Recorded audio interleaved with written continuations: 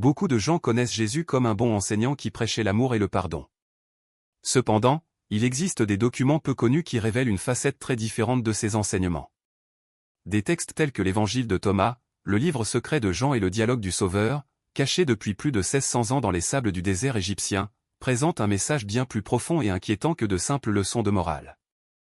Jésus y parle d'une seconde naissance, d'une transformation si radicale qu'elle serait capable de déstabiliser tout le système de contrôle spirituel établi. Il ne s'agit pas de l'expérience de « renaissance » prêchée dans les églises, mais de quelque chose qui rompt définitivement les liens invisibles que certaines forces entretiennent sur les âmes humaines. Les premiers dirigeants de l'Église connaissaient l'existence de ces écrits et faisaient tout ce qu'ils pouvaient pour les faire disparaître. La raison est simple, ces enseignements ne forment pas des croyants obéissants, mais des êtres véritablement libres, qui ne peuvent plus être manipulés. Jésus lui-même a prévenu que tout le monde ne serait pas prêt à recevoir ce message. La question qui reste est la suivante, faites-vous partie de ceux qui sont capables de comprendre ce qui a été intentionnellement caché? Comprenons pourquoi cette vérité a été enterrée. Lorsque Jésus parlait à Nicodème de la nouvelle naissance, il ne faisait pas référence à un rituel religieux ou à un bain dans les eaux baptismales. Le récit de l'évangile de Jean effleure à peine la surface de ce qu'il voulait réellement dire à propos de cette transformation. Déjà dans l'évangile de Thomas, texte que l'Église primitive a tenté d'effacer, on trouve son explication la plus directe, quand vous rendrez l'intérieur égal à l'extérieur et l'extérieur égal à l'intérieur, alors vous entrerez dans le royaume. Il ne s'agit pas d'une métaphore poétique, mais d'un événement énergétique concret qui réécrit complètement la conscience humaine. Les patriarches de l'Église savaient exactement ce qu'ils faisaient en supprimant ces enseignements. Ils ont pris la transformation la plus révolutionnaire possible, la libération totale de la conscience humaine de ces chaînes et l'ont réduite à un simple rituel d'adhésion. Ils ont transformé la seconde naissance en une prière mémorisée, un baptême symbolique et la promesse d'être une personne meilleure. C'est comme prendre un manuel de construction de vaisseau spatial et le transformer en une recette de biscuits. La seconde naissance authentique enseignée par Jésus implique 5 étapes distinctes de transformation de conscience, dont chacune démantèle une couche du système de contrôle qui maintient les âmes piégées dans cette réalité. La première phase est l'éveil de ce que les gnostiques appelaient l'étincelle divine. Chaque âme humaine porte ce fragment de pure conscience, mais il reste endormi dès notre naissance dans ce monde matériel. Imaginez une graine enfouie dans un sol dur, elle contient le modèle d'un arbre majestueux, mais elle a besoin de conditions adéquates pour germer. La plupart des gens vivent toute leur vie sans que cette étincelle ne s'allume. Ils ressentent un vide, une inquiétude, le sentiment qu'il manque quelque chose, qu'il y a plus dans l'existence qu'il n'y paraît. Ce mal-être est l'étincelle divine qui tente de s'éveiller. Lorsqu'il s'allume enfin, et cela se produit soudainement, comme une allumette allumée dans l'obscurité où tout change. La personne commence à voir au-delà des illusions qui semblaient auparavant solides et réelles. La programmation sociale, qui semblait auparavant naturelle, commence à paraître artificielle. Les peurs qui dictaient auparavant vos décisions perdent de leur force. Il ne s'agit pas d'un processus graduel d'illumination, mais d'un changement instantané dans le système opérationnel de la conscience. La deuxième phase consiste à se libérer de ce que les gnostiques appelaient la conscience iconique. Les icônes sont des entités parasites qui se nourrissent de l'énergie spirituelle humaine et maintiennent leur domination à travers des schémas de pensée et des états émotionnels spécifiques, peur, rareté, compétition, jugement, mentalité de victime. Ce ne sont pas des caractéristiques naturelles de l'être humain, mais des programmes mis en œuvre pour maintenir les âmes générant l'énergie basse fréquence dont se nourrissent ces entités. Lorsqu'une personne traverse sa deuxième naissance, elle sort littéralement de cette fréquence emblématique. C'est comme échanger une station de radio pleine d'interférences et de négativité contre une station qui transmet un signal pur et cristallin. Le bruit mental constant des inquiétudes et des doutes se calme, le besoin compulsif de juger les autres et de défendre l'ego se dissout. La personne commence à opérer à partir d'une source d'intelligence complètement différente, connectée à la sagesse divine, et non plus à des réponses programmées. La troisième phase apporte ce que les textes gnostiques appellent l'anamnèse, le souvenir soudain de la véritable origine de l'âme. Il ne s'agit pas d'une thérapie de régression ou d'un rappel de vies antérieures, mais d'une connaissance directe qui inonde la conscience comme la rupture d'un barrage. On se souvient de son existence dans le plérôme, de la plénitude de la réalité divine qui existe au-delà de cette simulation matérielle. Elle se souvient de ce qu'elle est réellement, un être éternel, lumineux, fait de pure conscience, qui a choisi de s'incarner ici dans un but précis. Ce souvenir est souvent accablant, car il révèle à quel point l'âme s'est éloignée de son état originel. C'est comme se réveiller d'un cauchemar où vous pensiez être un mendiant, pour ensuite réaliser que vous êtes en réalité un membre de la royauté vivant dans un palais. Le contraste est choquant, mais aussi libérateur, car il montre que les limitations actuelles sont temporaires et artificielles. La quatrième phase est peut-être la plus difficile, la mort de l'ego, de l'identité façonnée et programmée par le démiurge. L'ego n'est pas quelque chose de mal, mais une construction de survie nécessaire pour naviguer dans cette réalité matérielle dense. Cependant, c'était aussi le principal véhicule par lequel le système de contrôle opérait. Chaque insécurité, chaque besoin d'approbation, chaque peur de ne pas être à la hauteur étaient des crochets qui maintenaient l'âme piégée dans la matrice de l'illusion. Cette mort de l'ego lors de la seconde naissance n'est pas symbolique. La personne vit littéralement la dissolution de tout ce qu'elle croyait être, son identité professionnelle, ses rôles familiaux, ses convictions politiques, sa programmation culturelle. Tout cela tombe comme de vieux vêtements qui ne leur vont plus. Ce qui reste, c'est la pure essence de qui elle est vraiment, libre de toute couche de conditionnement.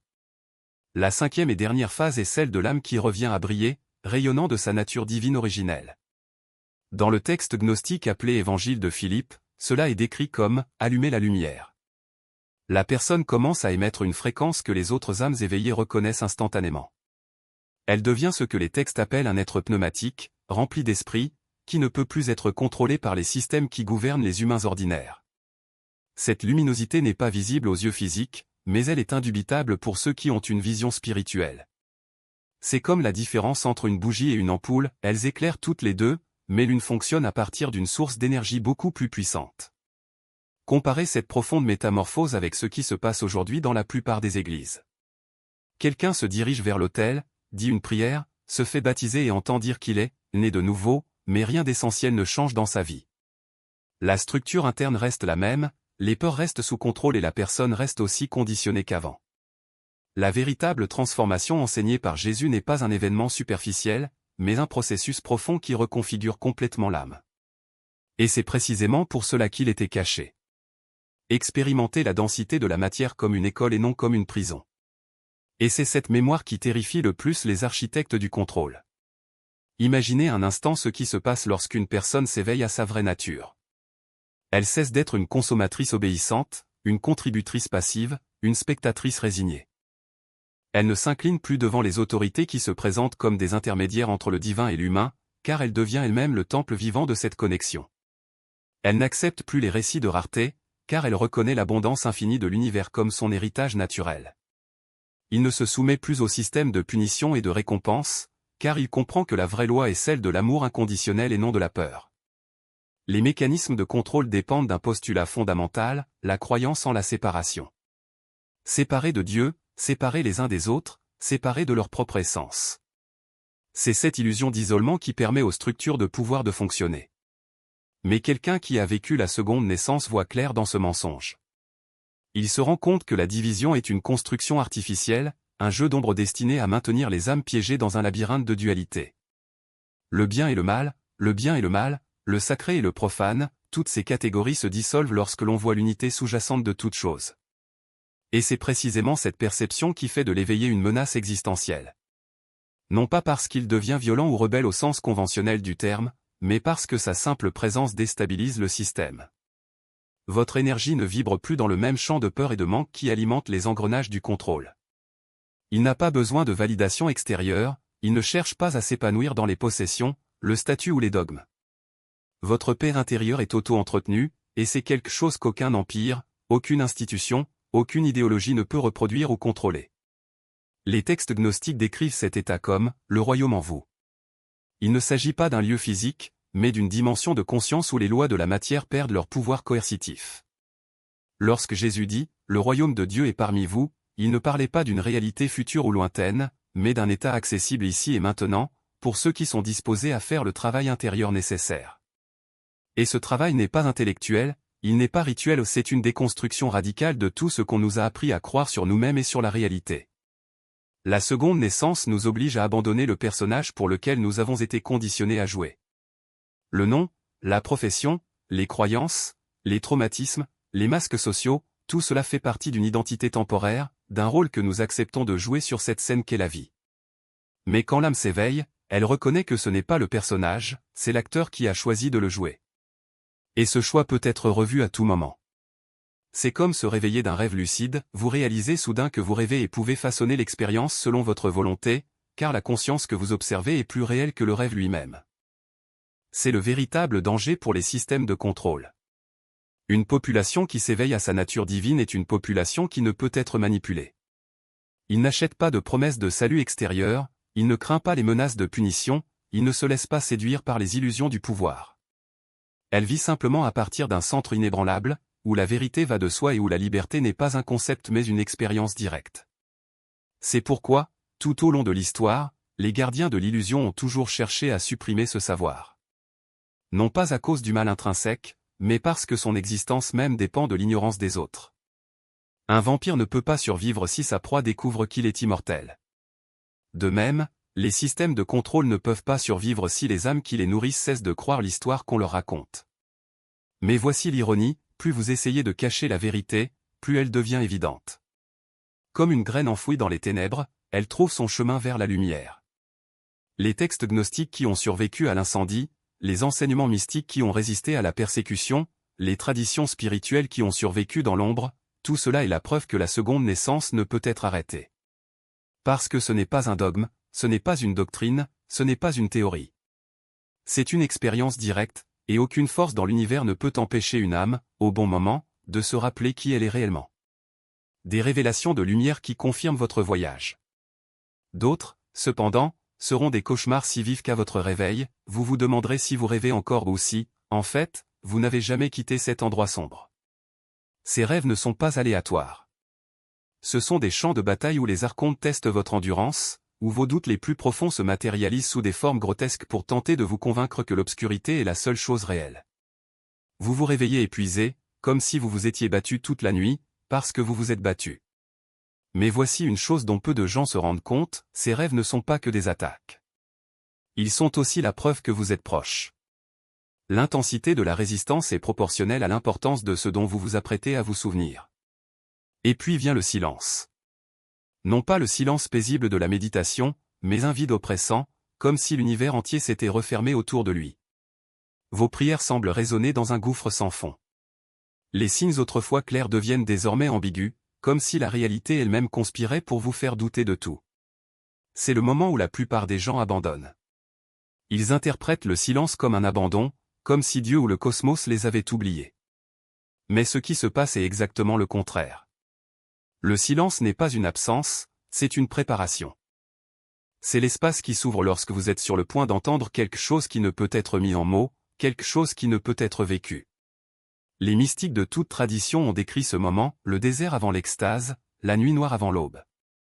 C'est à ce moment-là que les dernières couches de l'illusion sont sur le point de se dissoudre et que le système ne peut pas vous permettre d'y parvenir sans combattre. Mais il y a ici un piège subtil, et il est plus dangereux que toutes les attaques précédentes. C'est la tentation de croire que vous avez déjà gagné. Que maintenant, après avoir surmonté tant d'épreuves, il est enfin réveillé. C'est l'illusion finale, le dernier tour des archontes. Parce que l'éveil n'est pas un état permanent, mais un processus continu de souvenirs et d'oubli, de chute et de relèvement, de retour dans l'obscurité et de choix, à chaque instant, de retourner à la lumière. Le véritable test n'est pas de traverser la nuit noire, mais d'y rester sans se perdre. C'est reconnaître que même dans les moments de plus grande clarté, il existe encore des couches de conditionnement qui opèrent en vous, il y a encore des parties de vous qui résistent à la transformation. Et c'est précisément à ce moment-là que se produit la seconde naissance, non pas lorsque vous devenez parfait, mais lorsque vous acceptez votre imperfection comme faisant partie du chemin. Les textes gnostiques parlent d'un moment où l'âme, après avoir traversé toutes les épreuves, trouve le miroir de la vérité. Dans ce miroir, elle ne voit pas une image idéalisée d'elle-même, mais le reflet brut de tout ce qui doit encore être guéri. Et c'est à ce moment-là que le choix devient définitif, on peut détourner le regard, revenir à la sécurité de l'illusion, ou on peut faire face à ce reflet et dire « Oui, c'est moi aussi. » Et pourtant, je choisis la lumière. Ce n'est pas un choix fait une seule fois, mais renouvelé à chaque souffle. Parce que le système n'abandonne pas. Il change juste de tactique. Lorsqu'il se rend compte que les attaques frontales ne fonctionnent pas, il commence à utiliser ce qui semble être le contraire, la séduction d'une spiritualité superficielle. Il vous propose des maîtres qui promettent une illumination instantanée, des techniques qui garantissent des résultats sans effort, des communautés qui célèbrent votre éveil, sans se demander s'il est réel.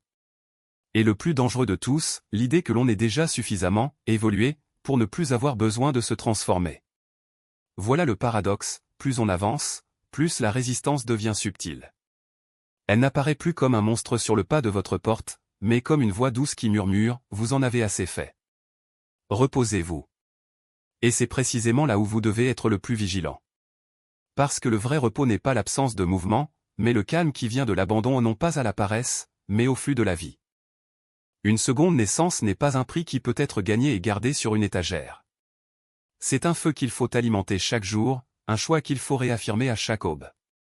Et le plus extraordinaire, c'est qu'au moment où l'on cesse de combattre les ténèbres et choisit simplement la lumière, quelque chose de magique se produit, la résistance perd son pouvoir.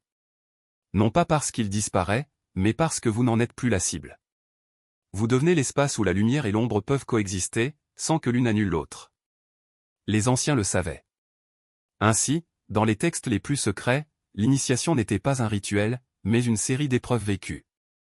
Il ne s'agissait pas d'acquérir des connaissances, mais de démontrer qu'on pouvait les posséder sans se corrompre. Parce que le véritable danger ne réside pas dans l'obscurité extérieure, mais dans l'ombre qui habite en chacun.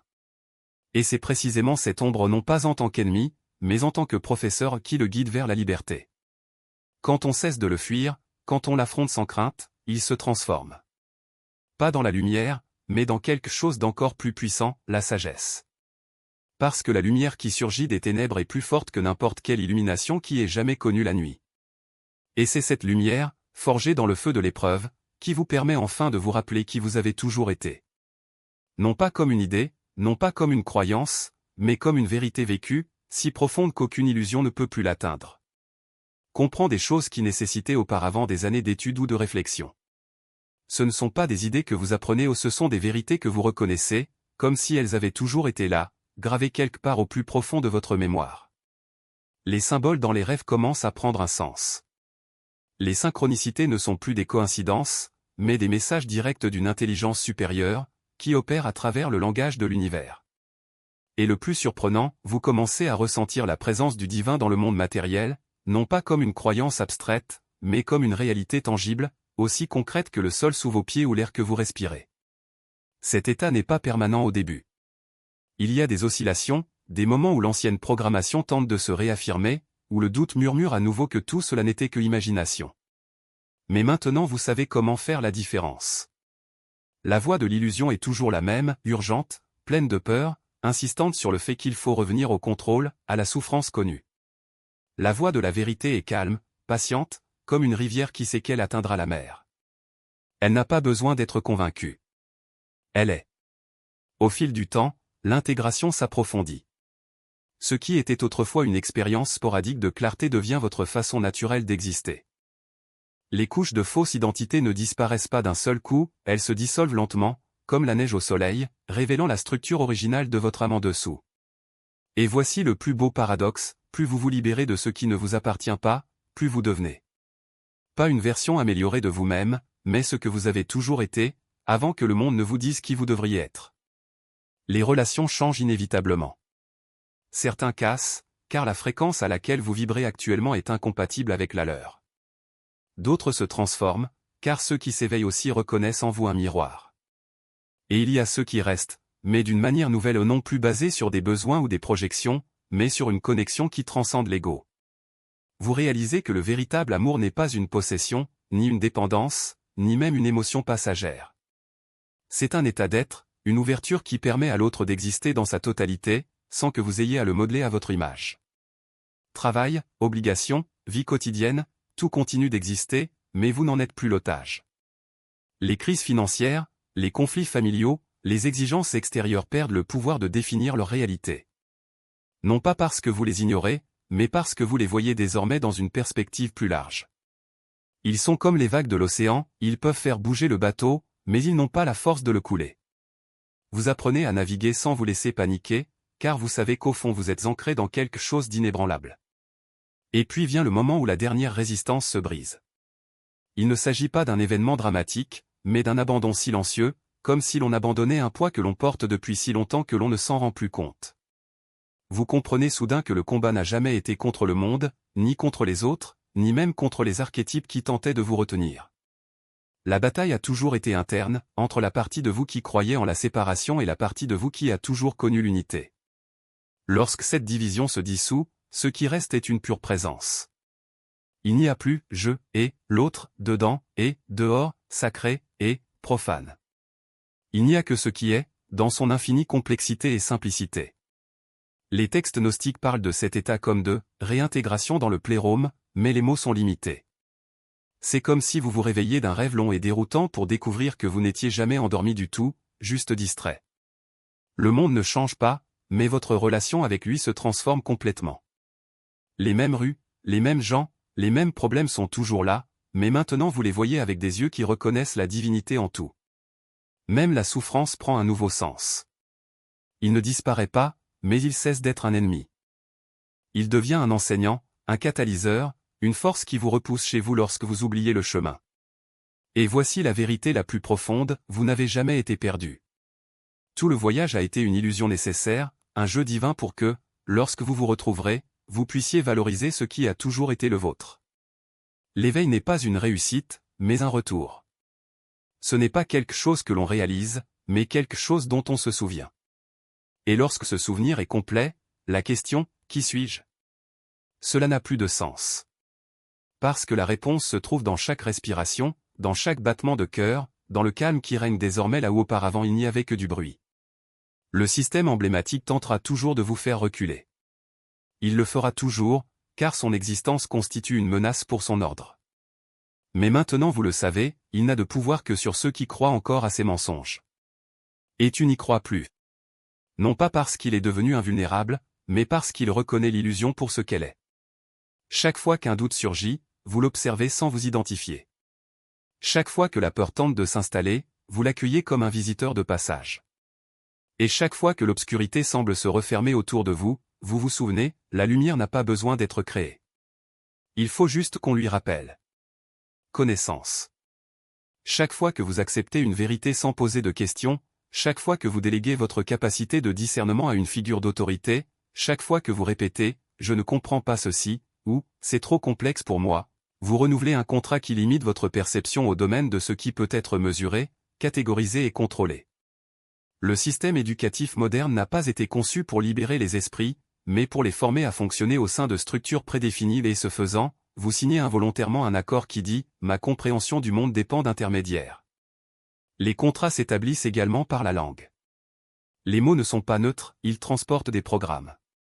Lorsque vous dites « je dois » au lieu de « je choisis », vous réaffirmez un contrat d'obligation. Lorsque vous répétez « c'est impossible » ou « c'est comme ça », vous validez un accord de démission. Même des expressions apparemment innocentes, telles que « je suis comme ça » ou « je suis né pour souffrir », sont des clauses qui maintiennent votre âme coincée dans des schémas d'auto-sabotage. Le langage est l'un des mécanismes de contrôle les plus subtils, car il opère au niveau inconscient, façonnant votre réalité avant même que vous ayez la possibilité de la remettre en question. Une autre méthode puissante est la répétition de schémas. Les icônes n'ont pas besoin de votre signature formelle, ils savent que s'ils parviennent à vous amener à répéter un comportement ou une croyance suffisamment longtemps, le contrat devient automatiquement exécutoire. Une relation toxique qui dure des années, un travail qui draine votre énergie, une croyance limitante que vous portez depuis l'enfance, ce sont autant de contrats en cours, renouvelés à chaque fois que vous choisissez d'y rester. La répétition crée une illusion de normalité et ce qui est normalisé est rarement remis en question. C'est pourquoi la vraie liberté commence par l'interruption des cycles, le moment où vous décidez de ne plus nourrir ce qui ne vous sert plus. Mais voici la clé que les textes anciens omettent souvent, il n'est pas nécessaire de connaître tous les détails des contrats pour les résilier.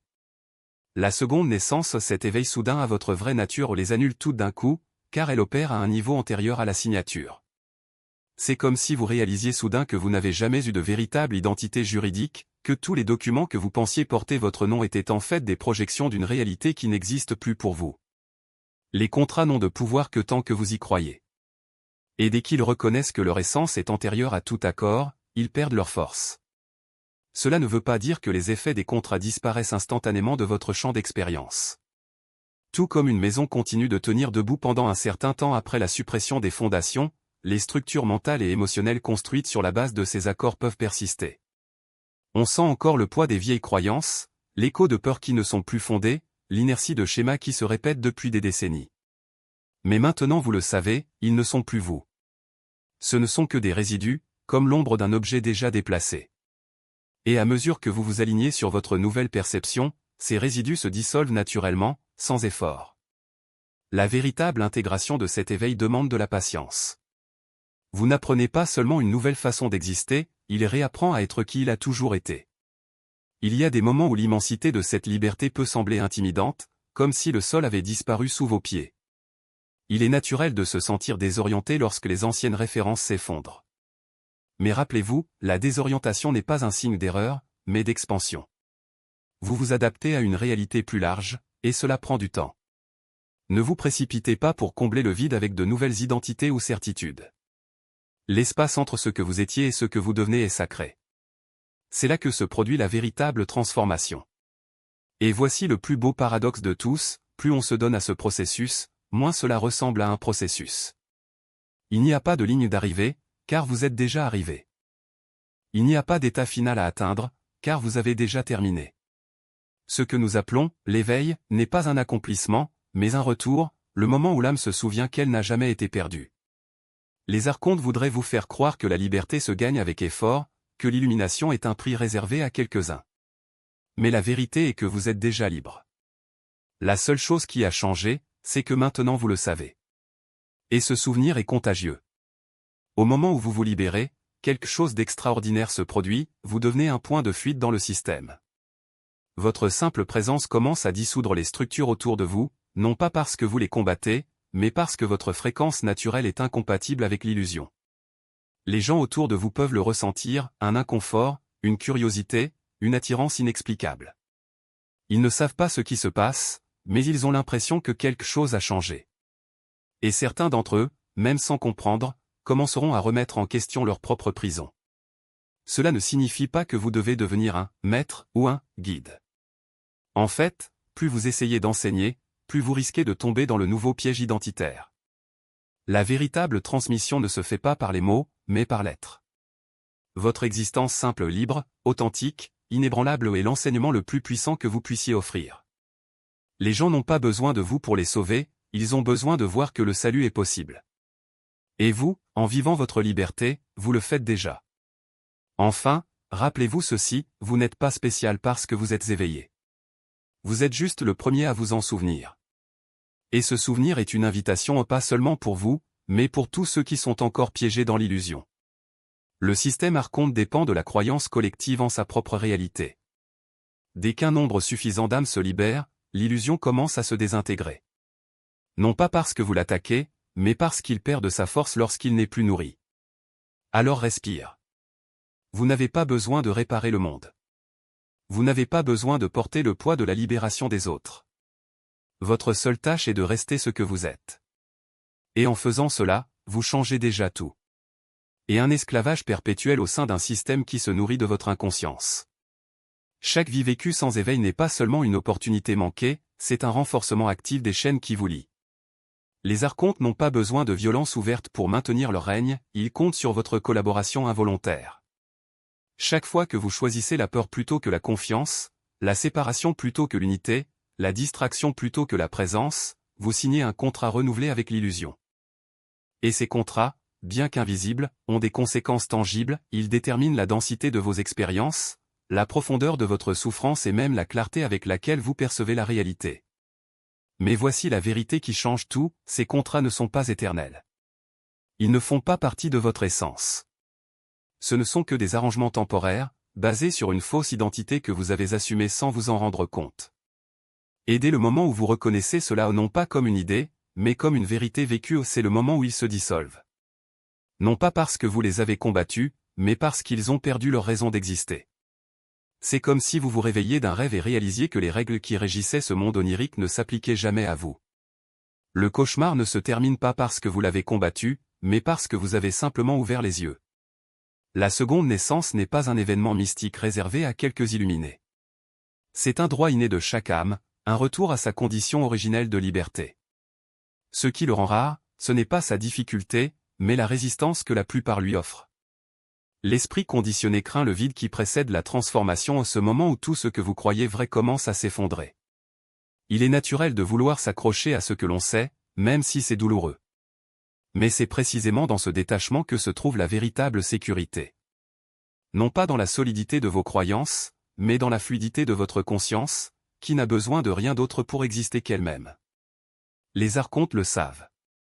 Par conséquent, ils travaillent sans relâche pour vous identifier à ce qui est transitoire, le corps, les émotions, les pensées, les circonstances. Ils veulent que vous croyiez que votre existence dépend de ces choses, parce que tant que vous y croyez, ils ont du pouvoir sur vous. Mais l'âme n'est rien de tout cela. Elle est le témoin silencieux qui regarde tout cela passer, sans émotion. Lorsque vous renouez avec ce témoin, quelque chose d'extraordinaire se produit, vous réalisez que vous n'avez jamais été véritablement emprisonné. Ce que vous appeliez une prison n'était qu'un ensemble de croyances que vous considériez comme vraies. Cela ne veut pas dire que le voyage est facile.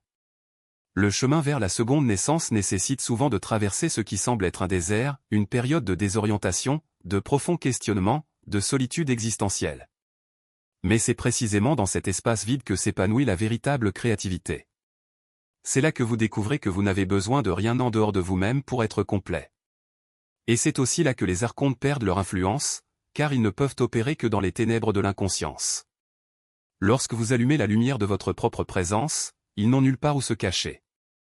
Voici le paradoxe que peu de gens comprennent, plus vous vous efforcez d'atteindre la libération, plus elle semble vous échapper.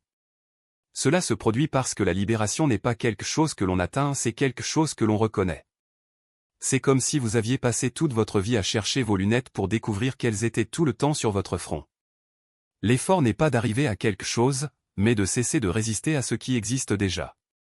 Et lorsque vous vous détendez enfin dans cette vérité, quelque chose en vous se réaligne.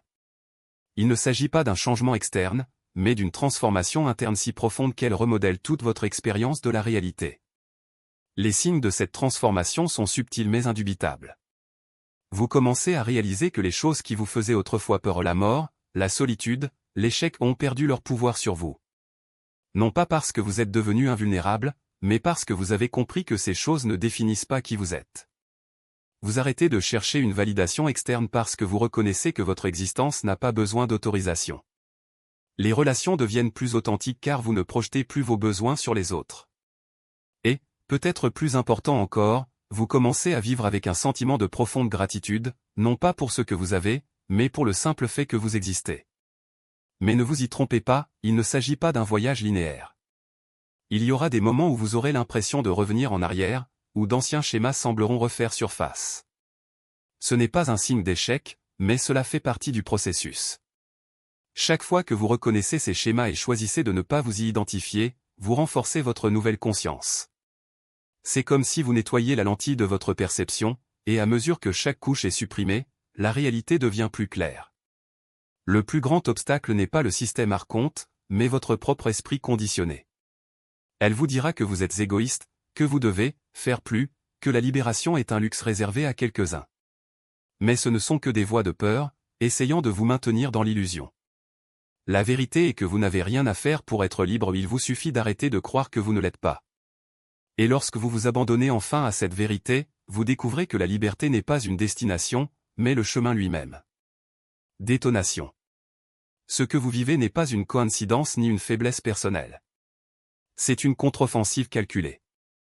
Les archontes n'agissent pas par cruauté gratuite, ils opèrent avec la précision d'un système de défense qui reconnaît une menace réelle. Chaque crise qui survient au moment précis où vous avancez spirituellement est le signe que quelque chose de précieux est protégé, votre inconscience. Et ils feront tout pour le préserver.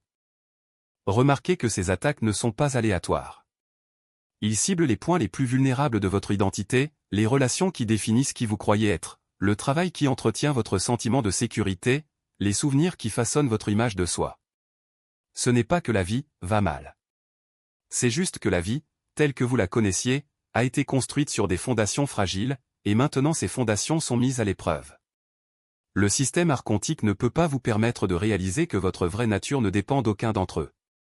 Il existe un schéma encore plus subtil dans ces attaques, elles offrent toujours une issue facile. La voix qui murmure, c'est absurde, n'essaie pas seulement de vous dissuader, elle vous offre un chemin de retour vers la normale, vers la sécurité illusoire d'avant. Le partenaire qui devient soudainement critique ne crée pas seulement un conflit, il vous donne une excuse pour abandonner votre voyage et vous recentrer sur ce qui compte vraiment. Le patron qui vous surcharge de projets n'est pas seulement injuste, il vous dit, sans parole, que votre évolution spirituelle est un luxe que vous ne pouvez plus vous permettre. Et c'est là que la plupart des gens abandonnent. Non pas parce qu'ils sont faibles, mais parce qu'ils ne reconnaissent pas le jeu. Ils interprètent ces événements comme des signes que ce n'était pas censé se produire, alors qu'ils sont en fait la preuve qu'ils sont sur la bonne voie. L'intensité de la résistance est directement proportionnelle à l'importance des enjeux. Plus vous vous rapprochez de la seconde naissance, plus l'opposition sera féroce, car les archontes savent qu'une fois réveillés, il n'y aura plus de retour en arrière. Mais il existe un moyen de traverser cette tempête. Tout d'abord, il faut comprendre que cette résistance n'est pas personnelle. Il ne s'agit pas de vous, de vos défauts ou de vos mérites. Il s'agit d'un système qui ne peut pas vous permettre de vous échapper. Deuxièmement, vous devez cesser de lutter contre les crises et commencer à les observer dans le cadre du processus. Chaque attaque est l'occasion de voir clairement où vous vous accrochez encore à l'illusion. Le partenaire qui vous critique révèle sa dépendance affective. Le patron qui vous submerge expose votre identification au succès matériel. Les souvenirs douloureux qui refont surface vous montrent où vous croyez encore à l'histoire selon laquelle vous êtes une victime. Et surtout, il faut faire confiance au moment où tout semble s'effondrer. Parce que c'est précisément là que commence la véritable transformation.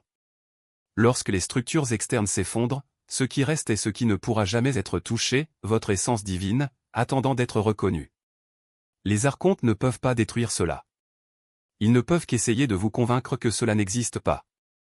La question n'est pas de savoir si vous survivrez à cette phase. La question est de savoir si vous aurez le courage de vous laisser briser suffisamment pour que quelque chose de nouveau puisse naître. Parce que la seconde naissance n'est pas un prix qui se gagne, c'est une renaissance qui est permise. Et le seul moyen d'y parvenir est de traverser le feu, sans s'attacher à ce qui se consume. Repris. Chaque sphère planétaire de la Lune à Saturne fonctionne comme un point de contrôle archontique, où des entités spécialisées filtrent les âmes qui tentent d'ascensionner. Ils ne bloquent pas la voie au mal pur, mais à la logique du système, leur fonction est de garantir que seuls ceux qui sont déjà éveillés puissent échapper au cycle.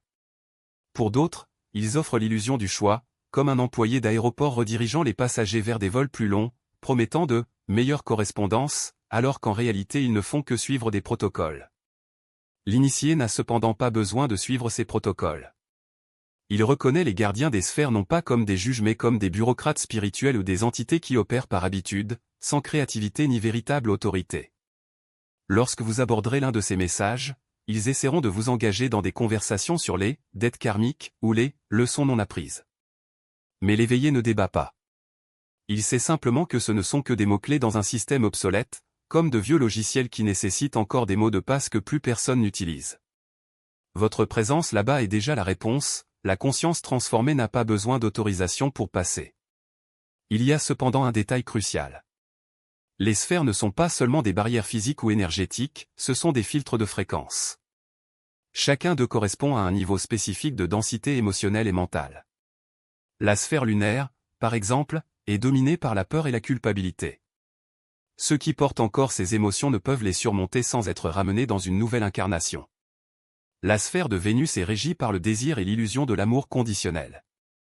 Là-bas, les âmes sont séduites par les promesses de relations parfaites ou de plaisirs éternels, comme s'il s'agissait des récompenses d'une vie bien vécue. Mais l'initié voit plus loin, il se rend compte que ces récompenses ne sont que des appâts, des versions spirituelles de cartes de crédit qui offrent des récompenses immédiates en échange d'une dette infinie. La clé pour traverser ces sphères n'est pas la résistance ou le combat, mais la transcendance. Ce n'est pas une question de force, mais de clarté. Imaginez une rivière déchaînée qui tente de vous entraîner. Vous ne surmontez pas la rivière en nageant à contre-courant, vous flottez, permettant à l'eau elle-même de vous emmener là où vous devez aller. De même, l'initié ne lutte pas contre les émotions ou les pensées qui surgissent dans les sphères. Il les observe, reconnaît leur caractère éphémère et les laisse se dissoudre comme des nuages dans le ciel. C'est le véritable art du passage, il ne s'agit pas d'une évasion, mais d'une dissolution consciente des attachements qui maintiennent l'âme piégée dans le cycle. Et là est le paradoxe le plus profond, plus on se prépare à la mort, moins elle devient un événement et plus elle se révèle comme un processus. La seconde naissance n'est pas une chose unique, c'est un état d'éveil continu qui s'approfondit à chaque couche d'illusion que vous traversez. La mort physique n'est qu'un seuil parmi tant d'autres. Il y a aussi la mort de l'ego, la mort des identités sociales, la mort des croyances limitantes. Chacun d'eux est une opportunité de renaissance, à condition de ne pas s'accrocher à ce qui reste. Les archontes le savent. Sa stratégie ultime n'est donc pas d'empêcher son ascension, mais de le convaincre que cela est déjà arrivé. Il sème les graines d'une fausse illumination, vous êtes déjà libre, vous n'avez plus besoin de pratiquer, tout est illusion, donc rien n'a d'importance. Ces messages ressemblent à de la sagesse, mais ce sont des pièges subtils. La vraie liberté n'est pas un état d'indifférence, mais d'engagement conscient. Ce n'est pas l'absence d'effort, mais la capacité d'agir sans attachement au résultat. L'initié n'abandonne pas la pratique parce qu'il sait déjà tout, il l'approfondit parce qu'il reconnaît que le chemin n'a pas de fin. Enfin, il existe une dernière vérité à laquelle peu osent faire face, la mort n'est pas le contraire de la vie, mais son prolongement. Ce que nous appelons « mort » n'est que la levée du voile qui sépare le visible de l'invisible. Lorsque vous franchissez ce seuil, vous ne trouvez pas un vide, mais un miroir. Tout ce que vous avez été, pensé et ressenti tout au long de votre vie vous est renvoyé non pas comme une punition, mais comme une révélation. Les peurs que vous avez ignorées, les amours que vous n'avez pas pleinement vécus, les vérités que vous avez refusé de voir, tout cela fait partie du paysage dans lequel vous habitez désormais. La différence est que, pour les éveillés, ce paysage n'est pas un labyrinthe, mais une carte. Il reconnaît chaque courbe, chaque carrefour, car il les a déjà parcourus dans la vie, à travers la méditation, la connaissance de soi et l'abandon. C'est pourquoi la préparation à la mort ne commence pas sur le lit de mort, mais ici et maintenant. Chaque choix, chaque pensée, chaque acte d'amour ou de résistance est un entraînement pour le moment où le corps physique n'a plus d'importance. Les archontes voudraient vous faire croire que la mort est un événement isolé, quelque chose qui arrive après. Mais la vérité est que vous êtes déjà en train de mourir et de renaître à chaque instant. La question n'est pas de savoir si vous êtes prêt, mais comment vous choisissez de vivre et, par conséquent, de mourir. La nécessité d'agir, non pas par désespoir, mais par la conviction claire que le temps est précieux. Il ne s'agit pas d'une course contre la montre, mais d'un appel à honorer la vérité qui palpite déjà en vous. Chaque jour reporté est un jour où l'illusion se renforce, où la matrice archontique se nourrit de votre énergie gaspillée en distractions vides. Et pourtant, cette urgence n'est pas un fardeau, c'est un feu qui brûle sans consumer, une flamme qui éclaire sans aveugler. Le processus de la deuxième naissance n'est pas linéaire. Il n'y a pas de manuel d'instruction, ni de liste de contrôle à suivre. Cela se déroule comme une danse entre le connu et l'inconnu, entre capitulation et résistance. Il y a des moments où vous vous sentirez comme un étranger dans votre propre vie, remettant en question tout ce qui semblait autrefois évident. Les relations qui étaient autrefois une source de réconfort peuvent devenir superficielles, les objectifs qui définissaient autrefois votre identité peuvent se dissoudre comme la brume au soleil. Et ça fait mal. Non pas parce que quelque chose ne va pas, mais parce que vous abandonnez les couches qui ne servent plus votre croissance. C'est comme échanger un vieux skin contre un nouveau, le processus est inconfortable, mais nécessaire. Mais la résistance ne vient pas seulement de l'extérieur. Cela vient aussi de l'intérieur, sous forme de doute, de peur et de souvenirs d'autres vies dans lesquelles vous avez essayé de suivre ce chemin et avez échoué. Les archontes n'ont pas besoin d'agir directement, ils comptent sur leur propre esprit pour faire le sale boulot. Et si tout cela n'était qu'une illusion, et si je me trompais, et si je n'en étais pas digne? Ces voix ne sont pas les vôtres, elles sont des échos d'anciennes programmations conçues pour vous maintenir piégés dans le cycle des naissances et des morts. La clé n'est pas de faire taire ces doutes, mais de les reconnaître pour ce qu'ils sont, les fantômes d'un système qui craint votre liberté. La pratique quotidienne devient votre point d'ancrage. Ce ne sont pas des rituels vides de sens ou des dogmes rigides, mais des actes d'alignement avec votre essence la plus profonde. La méditation, non pas comme une technique de relaxation, mais comme une plongée consciente dans le vide fertile d'où émerge toute création. L'étude des textes gnostiques, non pas comme un exercice intellectuel, mais comme une rencontre avec des vérités que votre âme connaît déjà. La culture de la présence, non pas comme une évasion du monde, mais comme une manière d'habiter pleinement chaque instant, sachant que chaque respiration est un pas vers la libération. Et, par-dessus tout, l'amour non pas l'amour conditionnel des relations humaines, mais l'amour inconditionnel qui reconnaît la divinité en toute chose et en chacun, même dans ce qui semble laid, cruel ou injuste. Il arrive cependant un moment où la théorie devient expérience. Ce n'est pas quelque chose que vous pouvez planifier ou forcer, c'est un cadeau qui arrive quand on est prêt. Cela peut se produire lors d'une méditation profonde, lors d'un rêve lucide ou même lors d'un moment de calme au milieu du chaos quotidien. Soudain, tu sais. Non pas parce que quelqu'un vous l'a dit, non pas parce que vous l'avez lu dans un livre, mais parce que la vérité se révèle dans un éclair de clarté absolue. Vous voyez, avec une certitude inébranlable, que la mort n'est pas une fin, mais un passage. Cette souffrance n'est pas réelle, mais une illusion entretenue par l'ignorance. Que vous n'êtes ni le corps, ni l'esprit, ni les histoires qu'ils ont racontées à votre sujet, vous êtes la conscience éternelle qui observe tout cela avec amour et compassion. Ce moment n'est pas la fin du voyage, mais le début d'une nouvelle phase. Maintenant, vous n'apprenez plus seulement la seconde naissance, vous la vivez. Les synchronicités deviennent plus fréquentes, les rencontres plus significatives, les coïncidences plus impossibles à ignorer. Vous commencez à réaliser que vous n'êtes pas seul, il y en a d'autres comme vous, répartis à travers le monde, qui s'éveillent tous à la même vérité. Et surtout, vous ressentez la présence des éons, les intelligences divines qui vous guident avec une sagesse qui transcende le temps et l'espace. Ils ne parlent pas avec des mots, mais avec un langage de symboles, de rêves et d'intuitions que votre âme comprend parfaitement. La grande ironie est que plus on se rapproche de la libération, plus le monde semble résister.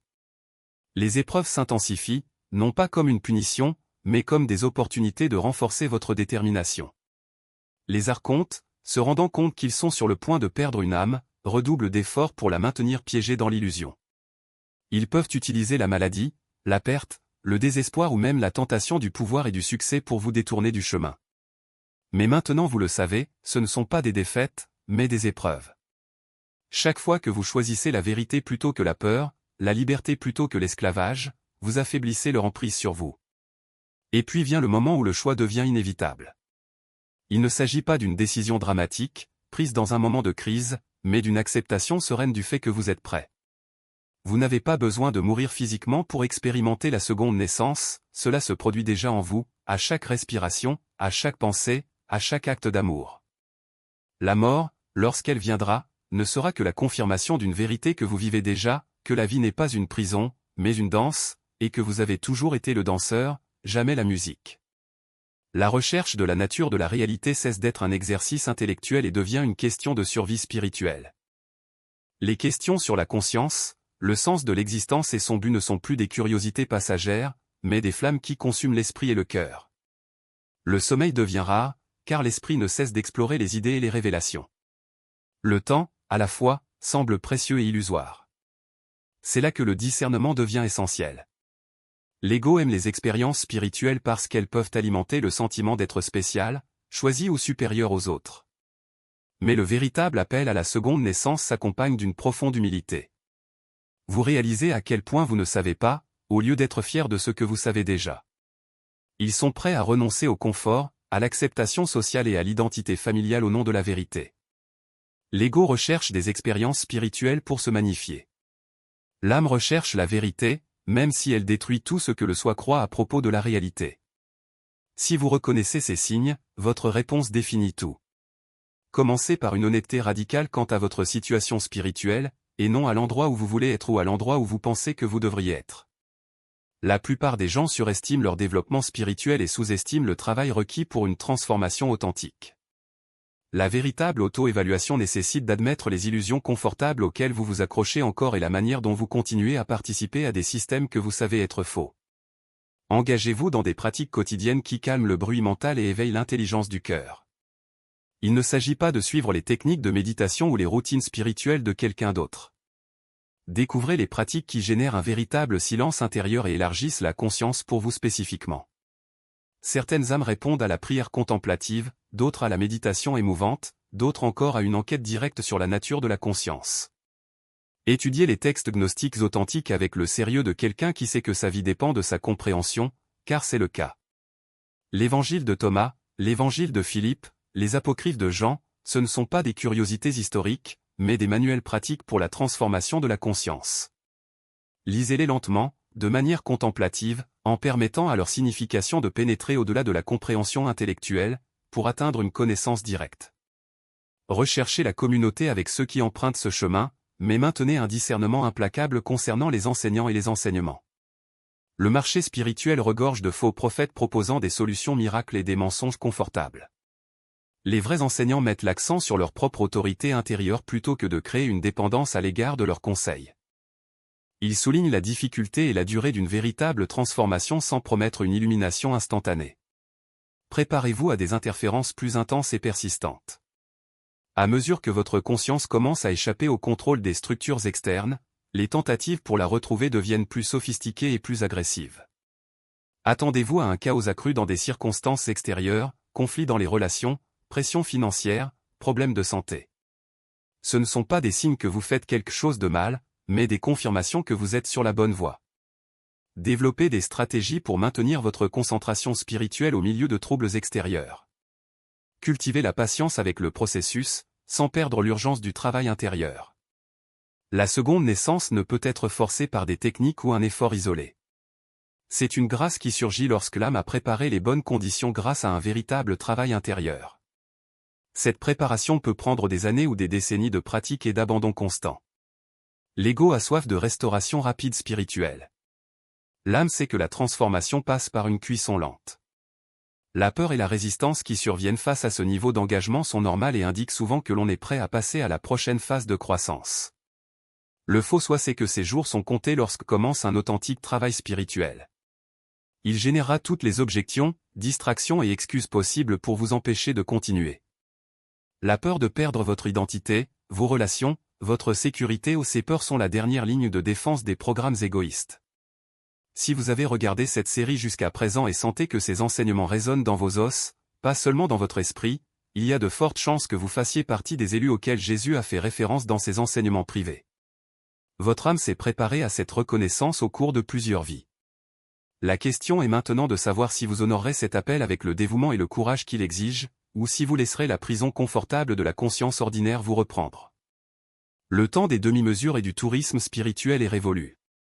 Le monde a besoin d'âmes qui ont atteint une seconde naissance pour ancrer des fréquences de conscience plus élevées sur cette planète. Votre transformation individuelle est au service de l'éveil collectif de l'humanité. Si ces paroles vous ont touché, laissez votre témoignage. Le voyage vient de commencer.